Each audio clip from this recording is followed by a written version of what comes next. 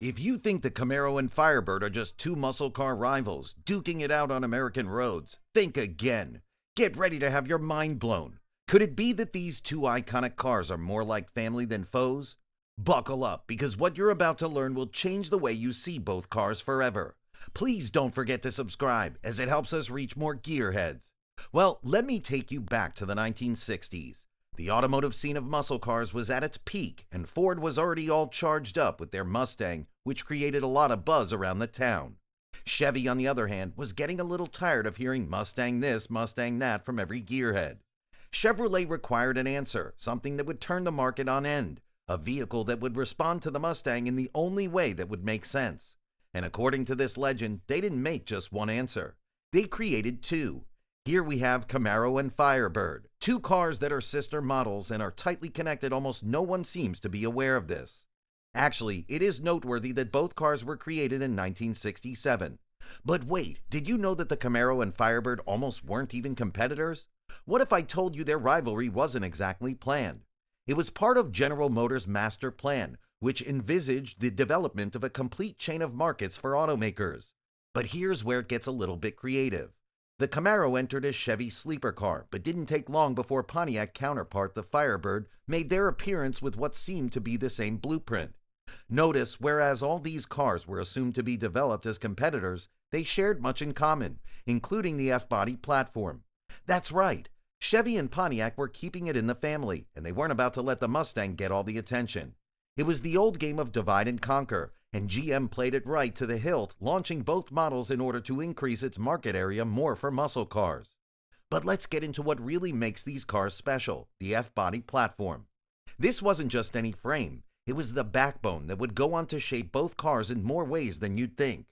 By standardizing the platform, GM could save on production costs while giving both brands a chance to create their own identities.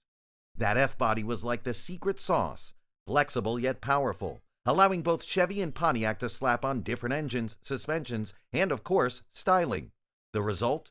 A Camaro that looked sharp and aggressive, and a Firebird that came with its own Pontiac flair. Two different personalities, yet under the hood, they were siblings through and through. Now, speaking of what's under the hood, let's talk about those engines. This is where things get really interesting, because both cars came with a lineup of engines that would make any muscle car fan drool. On the Camaro side, Chevy offered options ranging from a modest 140 horsepower inline-6 to a monstrous 396 cubic inch V8 that pumped out up to 375 horsepower. This gave Camaro fans the freedom to build a machine tailored to their driving style, whether they were after everyday cruising or full-blown street performance. Meanwhile, the Firebird was bringing the heat in its own way. Pontiac wanted to stand out, and boy did they ever. The Firebird wasn't about to simply copy Camaro's power options, it had to have that extra Pontiac magic. What made the Firebird's engine so special that it left Camaro fans wondering what they were missing? Trust me, you're going to want to hear this. With engines like the 400 cubic inch V8 in the Firebird 400 model, Pontiac wasn't playing games. The cherry on top was the Ram Air engine options, which brought in cool, dense air for an extra kick that Camaro fans could only dream of. That Ram Air package took the Firebird from tough to downright fierce, making it a car that Pontiac fans bragged about endlessly. And it wasn't just about bragging rights either. This car could move. With over 340 horsepower, it could easily go head-to-head with anything in the Camaro lineup. Now, back then, price was everything, and both cars were actually priced to be accessible for the young gearheads of the time. The base Camaro came in at just under $2,500, which was a steal for the level of performance you were getting. Pontiac kept the Firebird's price in the same range, though the high-end Ram Air-equipped Firebird 400 could set you back closer to $4,000. A pretty penny for the time, but worth every dollar if you wanted to own the streets.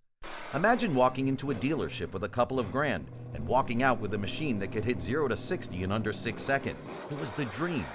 Here's something that might surprise you. The Camaro and Firebird were both developed to make waves in the racing scene, specifically the SCCA Trans Am Racing Series.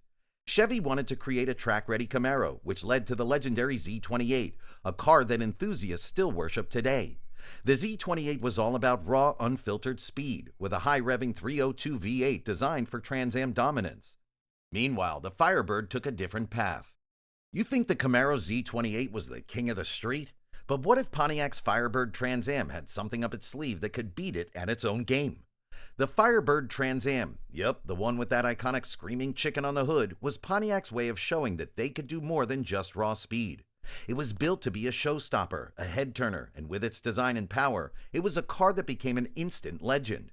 Let's not forget that the Firebird Trans Am wasn't just a muscle car, it was a movie star thanks to Smokey and the Bandit. That movie made the Trans Am an icon of American culture. Styling-wise, these cars were almost identical in silhouette, but park a Camaro and Firebird side by side and you'd see some key differences. Chevrolet kept the Camaro's look sleek and clean, with lines that screamed speed with a no-nonsense front end that made it look like it was ready to pounce. The Camaro's styling was all about performance, which meant that it didn't need flashy decals or outrageous color schemes to make an impression. Pontiac, though? They went all in on making the Firebird stand out. Pontiac designers gave the Firebird a unique split grille and, in later years, the now legendary hood decal. The Screaming Chicken wasn't just a design choice, it was a statement. That decal made the Firebird a rolling work of art, an icon that people still go crazy for. But here's the twist. While most people thought these two cars were fierce competitors, GM never intended for Chevy and Pontiac to duke it out directly. Instead, the GM was smart. They knew that the Camaro would attract hardcore speed demons who wanted a pure muscle car, while the Firebird would pull in a different crowd, people who wanted a bit more flair and a more refined touch. The Camaro was the affordable, everyday muscle car, but Pontiac made the Firebird the one with a bit more style and sophistication. It was GM's way of covering all their bases without stealing market shares from themselves. Genius, right? But then came the 1970s, and everything changed. The golden era of muscle cars took a massive hit when fuel prices spiked and emissions regulations cracked down on big gas-guzzling engines. Suddenly, cars like the Camaro and Firebird faced extinction. Chevy had to downsize the Camaro's engines to make it more fuel efficient. The horsepower dropped, but the Camaro's appeal held strong. Pontiac, on the other hand, fought to keep the Firebird exciting. They experimented with turbocharged engines, trying to keep the performance up despite the tighter restrictions. While the Firebird wasn't quite the powerhouse it once was, its spirit and style were as bold as ever. Pontiac even made the Screaming Chicken decal bigger and bolder, as if to say, we're not going anywhere, and people loved it. Fast forward to some decades later, in 1980 and the 90s, both cars were back on the road.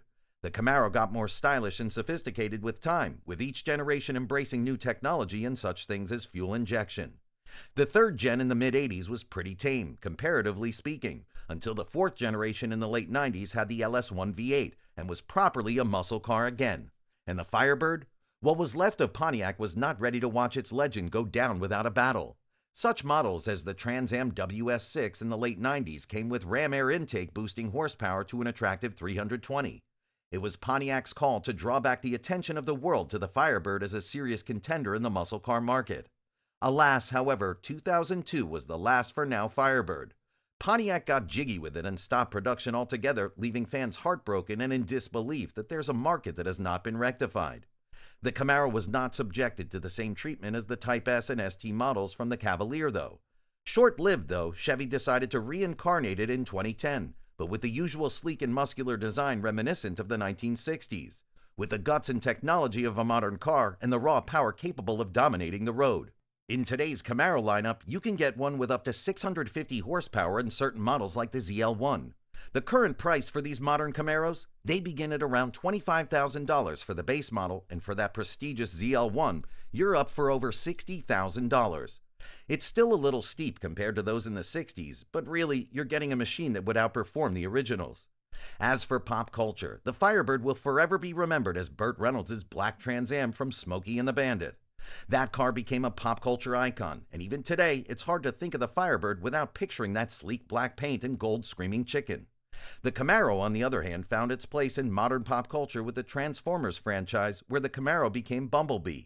That gave the Camaro a whole new generation of fans, and further cemented its place in muscle car history.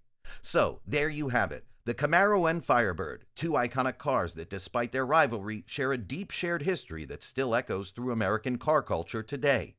One may have had more horsepower, and the other had a bit more style, but together they changed the muscle car game forever. And that secret? It's that GM knew all along that these two cars were more alike than they were different. What started as a rivalry was really a family affair, a battle between siblings with a shared goal, to rule the road.